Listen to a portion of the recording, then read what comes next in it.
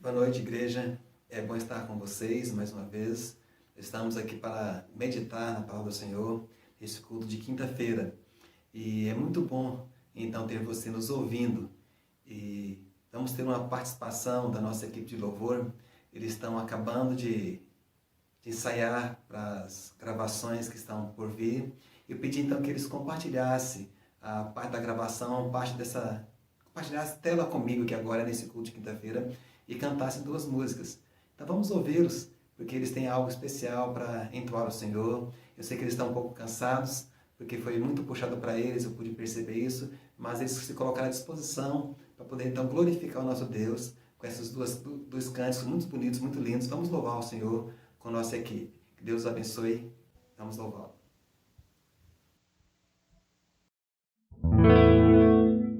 Meu Jesus, Salvador, outro igual não há.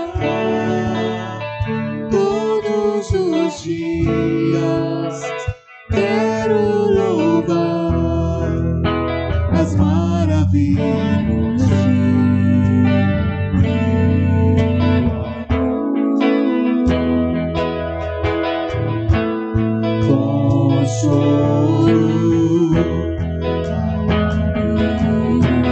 força e refúgio é o Senhor, com todo meu ser, com tudo que sou, sempre te adorarei.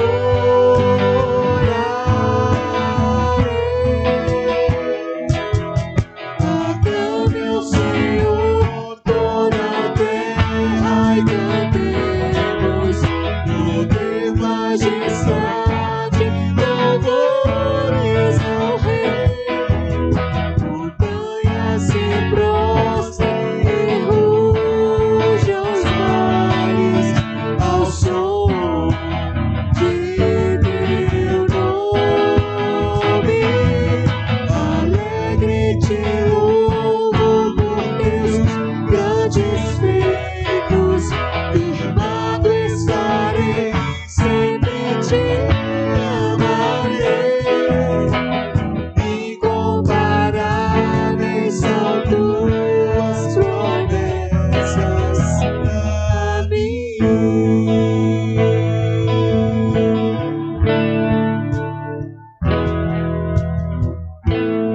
Meu Jesus,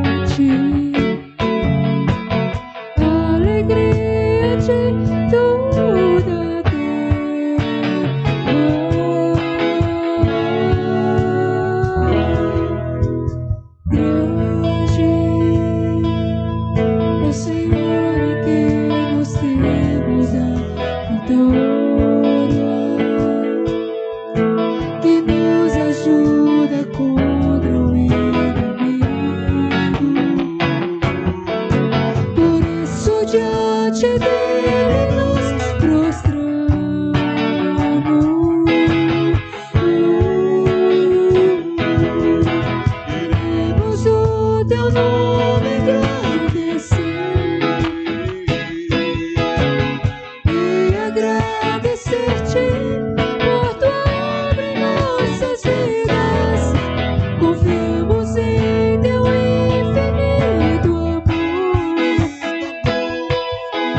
pois só tu és o Deus eterno sobre toda a terra e céu.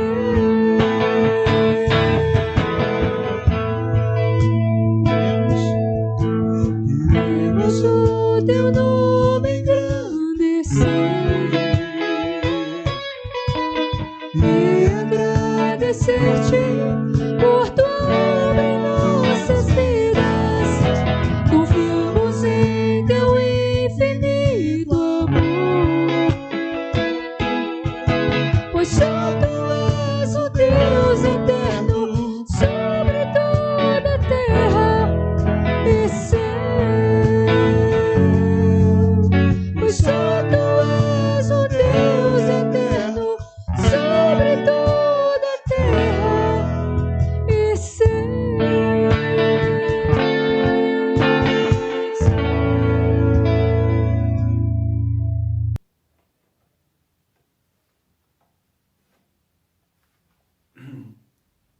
Meus amados, realmente dois cânticos lindos, que traz uma comunhão, que traz uma presença bem viva de Deus em nossas vidas. Eu quero compartilhar com vocês um texto que se encontra em Gênesis, capítulo 12, agora os versículos 10, tá? 10 em diante. O texto diz assim: havia fome naquela terra, desceu, pois, Abrão ao Egito para aí ficar, porquanto era grande a fome na terra. Quando se aproximava do Egito, quase ao entrar, disse a Sarai, sua mulher: ora, bem sei que és mulher de formosa aparência. Os egípcios, quando te virem, vão dizer: é a mulher dele, e me matarão, deixando-te com vida. Dize, pois, que és minha irmã, para que me considerem por amor de ti, e por tua causa me conservem a vida. Tendo Abrão entrado no Egito, viram os egípcios que a mulher era sobremaneira formosa. Viram-na os príncipes de Faraó e gabaram-na junto dele. E a mulher foi levada para a casa de Faraó. Este, por causa dela, tratou bem a Abrão, a qual veio a ter ovelhas, bois, jumentos, escravos e escravas, e jumentas e camelos. Porém, o Senhor puniu Faraó e a sua casa com grandes pragas por causa de Sarai, mulher de Abrão. Chamou, pois, Faraó a Abrão e lhe disse: que é isso que me fizeste? Por que não me disseste que era ela tua mulher? E me disseste ser tua irmã? Por isso a tomei para ser minha mulher. Agora, pois, eis a tua mulher, toma e vai-te. E Faraó deu ordens aos seus homens a respeito dele, e acompanharam-no, a ele, a sua mulher e a tudo que possuía. Vamos orar antes de começarmos a meditar na palavra do Senhor. Deus, obrigado por esse texto lido, obrigado pelos cânticos já cantados, que possamos tirar uma boa aplicação nesse texto que acabamos de ler aqui agora. Nós possamos compreender com clareza o que todo Deus tem para falar nesse estudo bíblico dessa quinta-feira aqui agora. Eu oro, entendendo que Deus é conosco, eu oro em nome de Cristo Jesus. Amém. Meus amados, nós já vimos na quinta-feira passada o chamado de Abrão, quando Deus pôde então convocar Abrão para uma promessa que Deus tinha dado a ele. Se observarmos ali, Abrão ele deixou o conforto de Ur dos Caldeus, deixou uma cidade pronta, ele vivia bem, ele vivia em casas da sua parentela, da sua família, e eram pessoas que viviam bem, e de repente Deus chama Abrão para deixar o lugar que ele estava e agora começar a viver em tendas. Talvez muitas pessoas não compreendam isso, mas Abrão entendeu que era a voz de Deus falando no seu coração, falando na sua vida. Aqui sim eu tenho que voltar o meu pensamento para Abraão e ver que ele percebeu que era Deus falando no seu coração, falando na sua vida. Nós percebemos aqui que esse é o começo então do relacionamento de Abraão com Deus. É o começo então que Abraão ele começa a perceber a importância de Deus na sua vida. Então entre esses versículos, parte final do 11, capítulo 11 e o capítulo 12, versículos de 1 até o versículo 9, então conta esse chamado de Abraão. Eu quero dizer para você que você também tem um chamado de Deus na sua vida. Falamos isso quinta-feira passada. Que você precisa então dar ouvidos a Deus. Precisa estar atento àquilo que Deus tem para a sua vida. Que você possa então compreender e deixar que Deus venha fazer a mudança necessária no seu ser, na sua vida. E quando Deus te chamar, você precisa atender à voz dele. Você precisa ouvir a voz do Senhor e tomar ação de poder então aceitar a vontade dele e romper em fé, que certamente você será abençoado, será abençoada por Cristo Jesus. Mas o texto de hoje, nós vamos compreender que Abraão, ele teve algumas dificuldades. Se observarmos aqui, entre o versículo, primeiro o versículo 10, diz o seguinte: havia fome naquela terra, desceu, pois, Abraão ao Egito, para aí ficar, porquanto era grande a fome na terra. Mas espera aí, vamos pensar comigo. A terra que Deus tinha acabado de dar a Abraão. Passado-se algum tempo, alguns anos, dá a entender no texto aqui que houve fome. A terra que estava aqui, ela basicamente Deus colocou diante de Abraão. Mas houve um momento então de escassez. E aqui eu posso tentar observar com vocês que dá a entender que Abraão ele não tinha um bom relacionamento com Deus ainda. Ele conhecia Deus, ouviu o chamado de Deus, vimos isso nos versículos passados, mas nesse momento, Abraão, a crise parece que falou mais forte no seu coração, na sua vida. É como se a crise então deixasse que a aparência de Deus, ou seja, a presença de Deus saísse da nossa vida. É como se o ato do físico falasse mais forte do que o financeiro, falasse mais forte do que o espiritual. O financeiro falasse mais forte do que o espiritual, assim dizendo é melhor. Tá? É como se Abraão, nesse momento, ele deixasse de ouvir ou de acreditar naquilo que Deus tinha dito para ele, que iria abençoá-lo ali, que ele seria bênção nesse lugar, que a sua descendência ia prosperar e ia crescer. É como se Abraão estivesse esquecendo da grande promessa de Deus sobre a sua vida. É como se Abraão estivesse voltando um pouco para trás. E eu pergunto aqui, se isso não tem acontecido com você no meio da crise, no meio da luta, no meio da dificuldade. Se quando chegam as provações, você prefere ouvir as pessoas que estão em redor de você, ou você prefere ainda continuar ouvindo a voz de Deus, embora pareça que tudo vai desmoronar. A sua confiança ainda é em Deus, Ele que vai suprir toda a sua necessidade, a sua fome, a sua escassez, a sua nudez. Abraão, nesse princípio, ele deixa de enxergar com os olhos de Deus, com os olhos da fé, e começa a enxergar com seus próprios olhos. Ele começa a ir para o Egito.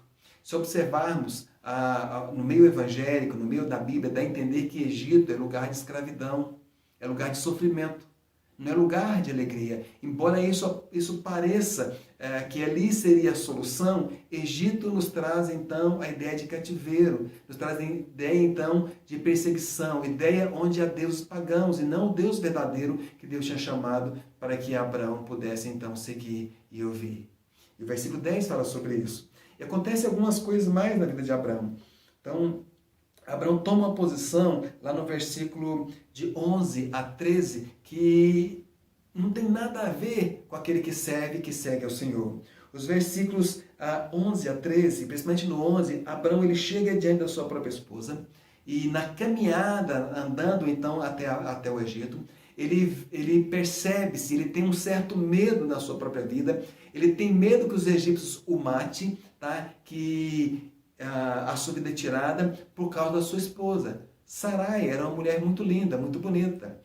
Segundo os relatos bíblicos, nós compreendemos que ela é uma mulher de 65 anos de idade, mas se comparava a uma mulher de 35 anos de idade.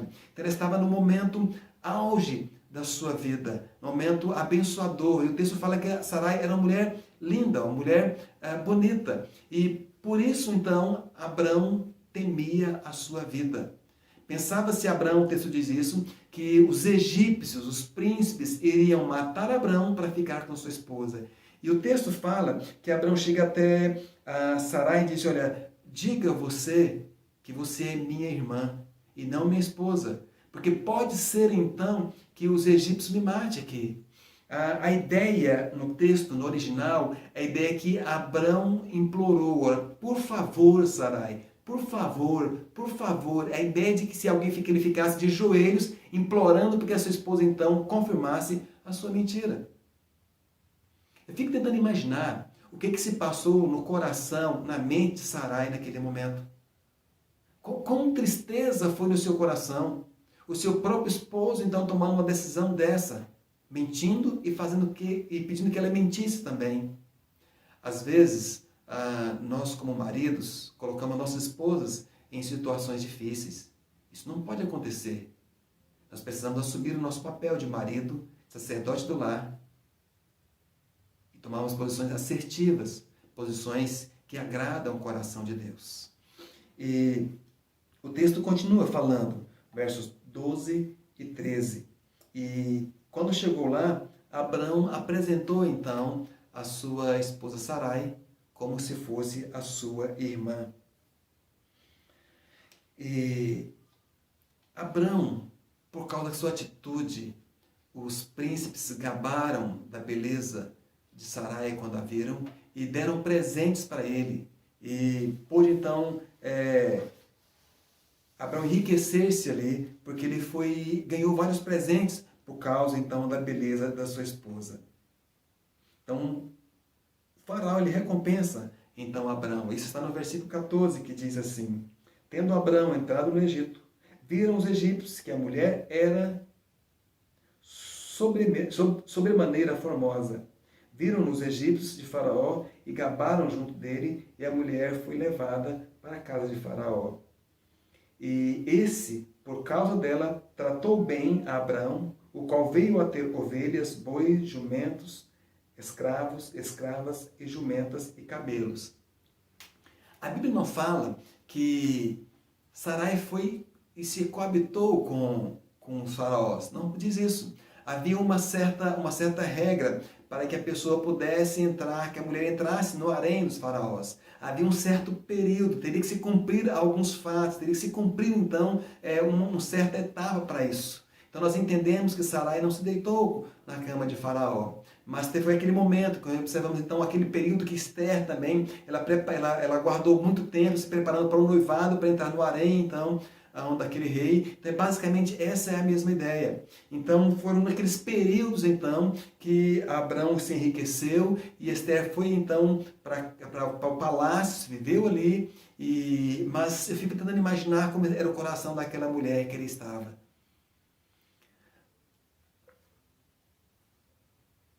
Eu começo a perceber algumas coisas. Abrão, ele entra no momento de não confiar, não acreditar em Deus. É como se Abrão, ele perdesse todo aquele princípio de intimidade e comunhão com Deus. É como se Abrão tivesse esquecido da promessa de Deus na sua própria vida. Aquela palavra que Deus deu a ele nos versículos anteriores, no início desse capítulo, a promessa de Deus é como se tivesse ido de água abaixo para Abrão. Abrão agora ele teme a sua própria vida quando Deus disse que dele viria uma descendência grande. É como se Abrão estivesse confiando, acreditando em Deus. E eu passo a perguntar a você. Eu falei nos dias passados, a quinta-feira passada, se você tem uma palavra, se você tem uma promessa de Deus na sua vida, ela vai se cumprir. E chega aqui Abrão nesse momento e ele não acredita, não confia. Ele toma posições totalmente diferentes de um coração daquele que segue e que serve ao Senhor. Meus amados, eu acredito que mesmo em dias de crise, dias de dificuldades, são dias de você se pegar com seu Deus, de confiar nele, de esperar nele. Embora falte tudo, embora nada aconteça, embora você passe necessidades, nós precisamos firmar a nossa confiança em Deus. Porque o nosso Deus é o nosso refúgio, ele é fortaleza, ele é socorro bem presente em toda e qualquer dificuldade, em toda e qualquer tribulação. Ele sempre é e nunca vai mudar. Se ele tem uma palavra para você, você precisa confiar em Deus, esperar nele, porque certamente as bênçãos chegarão para você grandiosamente. Se observarmos os versículos seguintes, vamos observar que Deus, por causa de Sarai, Deus então fez com que a casa de Faraó não prosperasse. Deus amaldiçoou a casa de Faraó, porque Deus tinha uma aliança com Abraão. Deus tinha uma palavra para Abraão, embora Abraão não acreditasse naquele momento, estava confiando na promessa de Deus. Talvez nesse momento Abraão ele afastou-se de Deus, mas Deus tinha uma palavra para Abraão. E o Deus que você serve, o Deus que eu sirvo, ele tem uma promessa, ele não volta atrás. Ele faz tudo correto. O homem abandona Deus, o homem distancia de Deus, mas Deus sempre cumpre a sua palavra. Então compete a mim, compete a você voltarmos para Deus, esperarmos nele, deixar que venha concretizar tudo aquilo que Deus tem preparado para mim e para você. Então a casa de Faraó foi amaldiçoada por causa que aquele Faraó levou Sarai para sua casa. Então é descoberto, é sabido pela casa de Faraó que Sarai não é irmã, mas sim esposa. Se bem que observarmos aqui, isso é uma meia-verdade, uma meia-mentira. Talvez Abraão usou esse argumento, esse subterfúgio, porque Sarai, ela era irmã, assim, de Abraão, do próprio pai. Porque naqueles costumes, antes de Deus proibir o casamento entre familiares, poderia então acontecer essa questão desse casamento. Mas a partir que Deus proibiu, isso era abominação, não poderia acontecer. E talvez Abraão tenha usado esse subterfúgio. Nós estamos mentindo. Talvez não, uma meia mentira ainda é uma mentira. Uma meia verdade não é verdade. E Abraão então afastou-se do conhecimento de Deus. Mas Deus, de uma certa forma, ele vai resolver essa questão. Aquilo cai por água abaixo. Faraó descobre então que Sarai é esposa de Abraão. E diz, olha, que você fez? Por que você fez isso comigo? Como você pode fazer tal coisa? E é dada uma ordem para que Abraão saia dali, para que ele pegue sua esposa e não fique mais naquele lugar. A entender aqui o verso, esse texto diz que chega 2 vezes, Faraó pergunta para ele, por que você fez isso? Mas por que isso? E dá a entender que Abraão ele permaneceu em silêncio. O que ele poderia dizer? Ele não tinha nada para dizer. Ele mentiu para salvar a sua própria pele, a sua própria vida. Ele mentiu porque estava com medo de confiar em Deus em um momento de crise. E às vezes, em um momento de crise, nós tomamos atitudes erradas com medo de confiar em Deus. Nós precisamos valorizar a nossa confiança em nosso Deus. Abraão mentiu porque ele pensou que era o caminho mais fácil. E o caminho mais fácil se tornou difícil para Abraão. Porque ele ficou envergonhado diante de Faraó, também diante de Deus, e ainda teve uma dificuldade com sua esposa. Porque como ele poderia, um marido, tomar uma posição daquela? E os versículos 20 do capítulo 12, vamos entender que Faraó ordenou aos seus homens a respeito dele, e que acompanharam a ele e a sua mulher, e a tudo o que possuía, para que ele saísse daquele lugar e não ficasse ali. Quando Abraão ele desceu para o Egito, ele perdeu a bênção de ver a obra de Deus acontecendo. Quando você toma uma posição, uma decisão por si próprio, algo talvez que está difícil na sua vida, e você toma para si, e não é uma decisão que Deus quer, e você resolve tomar essa decisão por si próprio, sem a confiança em Deus. Então você perde a bênção de ver a obra de Deus acontecer. Eu acredito que se Abraão tivesse ficado ali, Deus ia redundar aquela fome, aquela seca, em abundância. Deus ia, de uma certa forma, resolver a questão.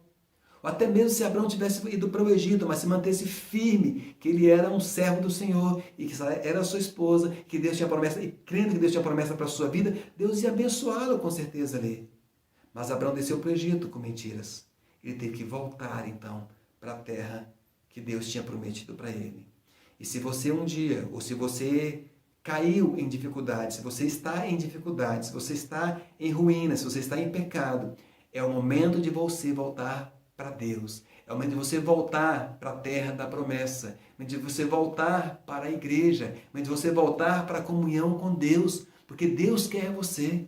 Deus quer resgatar você novamente. Deus quer que você volte para o lugar de início, que é o lugar da bênção, que é o lugar onde Deus está presente. E eu clamo então para você nessa noite, que se Abraão tivesse ficado no altar, na presença de Deus, lá em Betel, se ele tivesse clamado a Deus por suas necessidades, Deus teria respondido milagrosamente. Deus teria suprido suas necessidades. Deus fez isso com Moisés e seus filhos lá no deserto.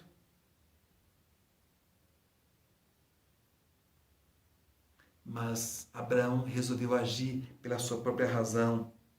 Abraão perdeu a bênção de ver a obra de Deus, porque Deus poderia prover a sua necessidade. Ele resolveu descer para o Egito. Meus amados, da mesma forma, muitas vezes, eu e você perdemos a oportunidade de ver os milagres de Deus em nossa vida. Porque ao invés de esperar por Deus, nós tomamos as nossas próprias decisões, tomamos as nossas próprias atitudes, não confiamos, não buscamos em Deus. Quantas decisões você tomou sem orar, sem buscar um conselho da palavra de Deus? Quantas você tomou decisões e foram decisões que levaram você ao fracasso, porque você não buscou momentos de jejum, não buscou momentos de orar com o Senhor, de esperar em Deus?